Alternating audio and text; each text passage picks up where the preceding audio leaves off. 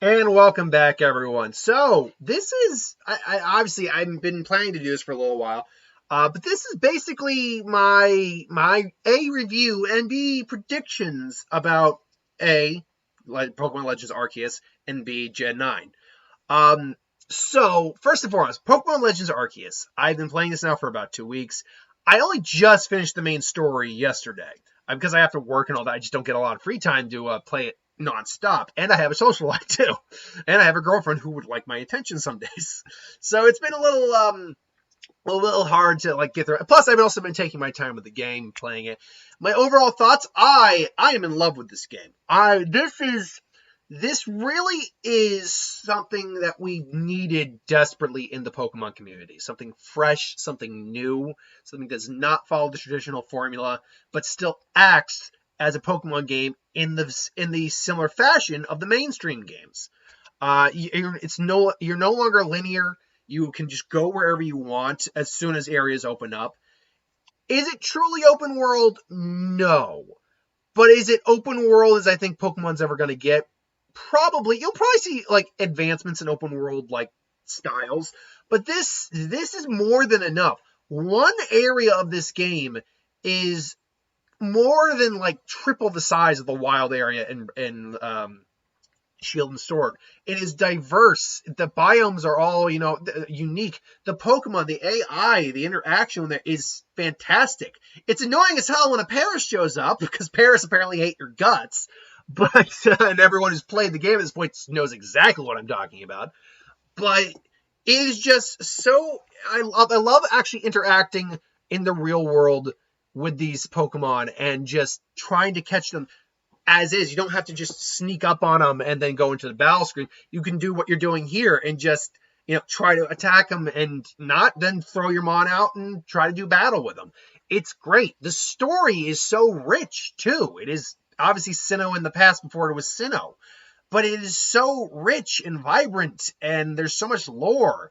Yeah, it is still the story itself isn't like the best story we've ever had in Pokemon. No, I'd still argue either like say the Sun and Moon or Ultra Sun and Moon games or Gen 5 Black and White has the best story we've ever had.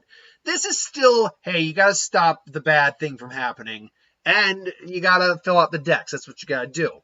What I really appreciate though about this more than anything is that this is a game that stresses filling out the decks, but you don't need to do it with anyone. You can play. This is designed as a single player game. This is designed that you don't need to trade with your friends to complete the decks or anything like that. No, they have items to evolve your Trainmon, all that, and it's just I love that aspect about it. I love the fact that I don't need to be playing this with anyone else. I don't need to trade with anyone else. I can just keep working on it. And I'm getting close to filling out the decks. I mean, or at least fighting every mon in the game. I'm currently still trying to get a couple of some of the mons. If you don't know how to find them, are extremely difficult to find. They are. Cherubi is one of those examples. Oh my god, Cherubi is such an oh god. I found a Cherum early in the game, but I didn't catch it because I ended up knocking it out by mistake. I like a lot of the things. I like the agile strong style. It adds a really interesting dichotomy. I enjoy. I like the alpha Pokemon thing. Although alpha Pokemon, I saw a great little meme that alpha Pokemon are like a vicious Rottweiler coming at you when they're in the wild, but they're like a dopey Labrador when you actually have them. Yeah, they're not as strong. They don't come off as powerful when you actually use them. I like the new mons we got too. I like the way the world works. Visually speaking, Pokemon's never been known for their visual styles, but apart from maybe new Pokemon Snap, this is probably the best a Pokemon game has looked in a good long while. Gen 7, when we updated to the 3DS, it was a good first attempt. And then we got into Sun and Moon, which definitely upped it. And then we got into Shield and Sword, which kind of upped it a little bit more. I wouldn't say it was a very drastic improvement from Gen 7, but it still was a good improvement. A solid improvement. Like it was the next step. But now we got this. And again, there's definitely some issues with some of the rendering. Trees, still you can see through them if you get too close to them. But it just looks so good and vibrant and lively. I think my favorite location in the overall game is probably the coastline. Because you can pretty much do everything there. You can swim there's the ocean, you can swim in that on the Basket Legion. I love the ride Pokemon, by the way. You can fly around in Braviary when you get that. You can climb with Sneasel. You can find stuff with Ursaluna. It's just a great game, and you can just run around weird here. It's just a great environment. I love the crafting mechanic too. It's so different for a Pokemon game to have this, and it is really fun to craft. And honestly, it may seem like a desperate thing, but when you're like low on funds, like okay, I got all this ore stuff. Let me make a couple Pokeballs. I want to go doing that. It's just a great, unique aspect to it. I love the fact that shinies are much more accessible. I have at least, and one of them is free in the game. There is a mission for a shiny, if you haven't played it. But I have at least, if I include that shiny, I have, I think I have at least 7 or 8 shinies right now. Two of them are in Fernape and Empoleon, which I'm like, yeah. Well, I caught them as a Piplup and Chimchar, to be fair, but I'm like, yeah. And that it's made it even easier when you just either complete the dex or you get the shiny charm. And because it's all about if you want to increase your rate of shiny, it's about completing the dex. You get the shiny charm when you complete the actual dex. But then there's also the dex entries. You just need a 10-star rating to actually complete them. But if you complete them, you get another point towards that. And then mass horde encounters happen where you're where mass amounts of Pokemon show up, and you got to try to catch them all or interact with them, and that increases the rate even further. So shiny hunting becomes a lot easier. The shinies are in the overworld. You can see them in the overworld, which is awesome. Is there anything I didn't like about this game? Because I knew it was not going to be a traditional game. It's still technically part of the main series. It's just not like it's not a Gen 9 game. That's the thing. It's a Gen 8 game still. I will say that traveling can be, especially in the village, can be a little taxing and tiring at points. There's fast travel, but only at a couple spots. So that is something that is a little, I can't say I'm fond of it, to be fair. And how hard they made some of the mons to find, I'm not digging on that. Again, Cherubi is such a nightmare. Still haven't found one yet. But there's quests. That's the thing. You see right here, there's the quests and requests. There's your main mission, which is like the main thing you're doing, and then there's the requests that you do afterwards. And I really dig that. I spent a lot of time during quests and before I finish the mission. You will not be over leveled in this game. You will be at first, and then you will not be. This game really balances out well. This is just a fantastic new entry to the series. And if you have not gone out and played it yet, if you have not gone it yet, I highly recommend it. Which now brings us to the question of what exactly will Gen 9 take away from this game? What should it take away from this game, and what it shouldn't take away from this game? Because let's be clear, Gen 9 is pretty much going to go back to, it's pretty much going to probably be back to formula, maybe with a twist or two, maybe like they did Sun and Moon. Although the Sun and Moon, I found the trials fun. I'll admit, I missed the gyms. I did. Now, this is my opinion. Maybe you felt differently. I like the attempt to something new. And it was fun, like the first go-around. But I'll admit, I'm like, this is great for this generation. Let's go back to gyms. But so, yeah, it's still probably going to be your traditional, general, main story. You're going to go to the professor, get your mon, take the challenge, whatever it be, maybe gym, trial, whatever it is. And then, you're going to stop the evil team or stop them on and all that, and then fight the Elite Four Throne Champion. It's going to most likely be that again, which is fine. It's completely fine. We needed something to turn the game on its head, and then we can go back to something a bit more traditional. But what will it take away from this? Let's start with some of the basic stuff here. Graphically, will it take anything away from this graphically? I have to believe it's going to take something away from this graphically. Because Shield and Sword, and to an extent, Let's Go Eevee and Pikachu, were basically trial runs on the Switch to see what they can do on the game the first time around. This is a lot more of okay, we saw what we could do with Shield and Sword. Now let's upgrade that to a certain degree. And I think we're going to see a bit more of a progression again when we get to Gen 9. Again, the Pokemon games aren't for their graphics. They're not. But if you can make it look good, it certainly doesn't hurt. So I think you're going to see another step graphically for Gen 9. I think that's definitely something they're taking away from this game. Customization is always going to exist, by the way. So that's it. And you can still customize. Yeah, and I like the customizing is fun, certainly. So that's one thing. The story. I think story. See, the problem with this talking about story is there's just no way to know. Because like the first couple games, the story isn't that important. You're just kind of going through the story. It's not until you get to Gen 3 where you actually get the concept of, just expanding the landmass or expanding the oceans, or, Sinnoh, Diamond and Pearl, where, creating the universe, where the story becomes more in depth. Depth. There you go. More in depth. And then you get into Gen 5, which has one of probably the most in-depth stories we've had in the game. But then you get into 6, which suffers a bit on the story. The story is not terrible, but it's definitely one of the weaker ones. But then you go into Gen 7, which has a very big story. But then you go into Gen 8, which does and doesn't have a story. It does have a story, certainly. But I don't know. Gen 8's story does kind of hit a weird note for me. I don't know if I consider it to be very good or bad. It's just, it is what it is. So I can't really say for certain if they're going to take anything from the story, because even Arceus' story is still what it is.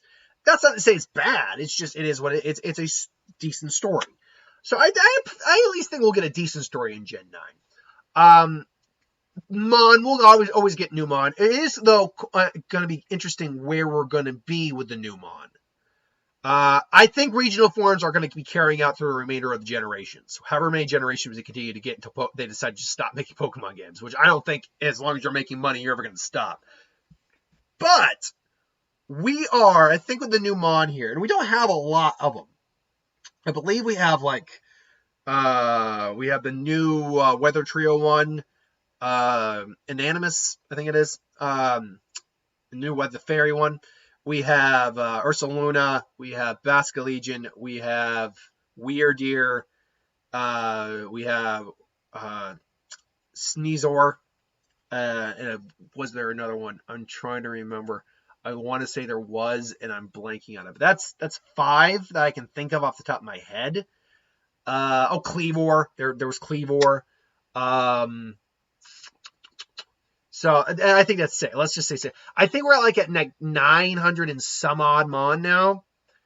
So if they were smart about it, and there are no more new Mon coming out to Gen 9, they would round it up to the 1000th Pokemon. They would. After that, I know they've said talked about being trepidatious about getting to the 1000 marker. They really did the Mon count dirty when they went to Gen 5 and just made it all new Mon, and not even having some really good designs there. I have a video about how many Pokemon there actually should be. And rethinking that video probably should have been up. I might update that video at some point. Thinking on it, we really should probably get rid of some more Mon. But anyway, I digress. So my guess is we may get we may round out to the 100 Pokemon, which if they go also regional evolutions, which they should, or regional variants, which they should, because that is a great way to just round it out and still make it feel like you're catching a new Pokemon. That means we should get over 100 Mon next generation, in theory. So that's what I think they may also take away from that. But now we're talking about the real stuff here. Mechanically, game style.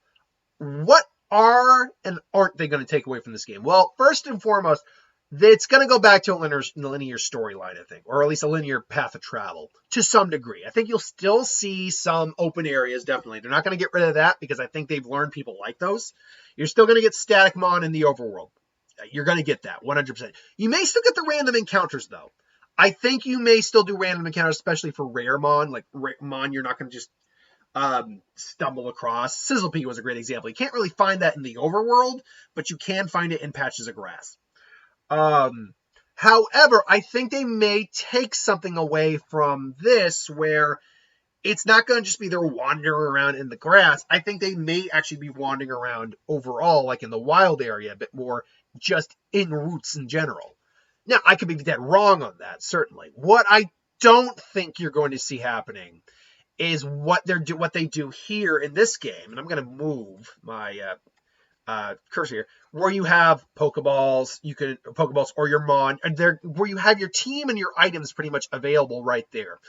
They're not going to do that. I don't think they're going to do it. I think they are going to go back to the traditional format of go into your menu, there's your team, there's your bag. You might have a button where you can throw a ball. They might do the Pokeballs, but I don't think you're going to get like the entire roster of your item bag, which you still don't have here, by the way. You just have all your throwable items, pretty much. But I think you're going to go back to the more traditional format with maybe a tweak where if you maybe register an item, you can use it in the overworld. So that, I think, is a very likely outcome.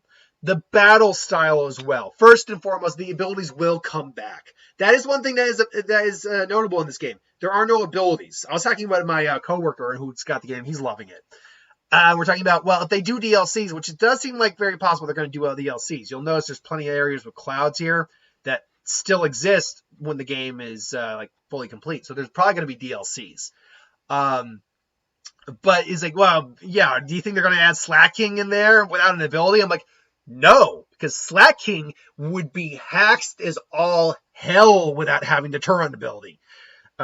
So, yeah, that's not going to happen. But that's not going to happen where they're going to add Mon into the game that shouldn't be added into the game with no abilities. Unless they are made like a new noble or a boss or something like that. But you're going to see abilities come back, which I think also, and you're not going to see stronger agile style come back because that's just, I think, really for here. I think you're not going to be seeing that. I don't think you're going to see things like the satchel loss or anything like that.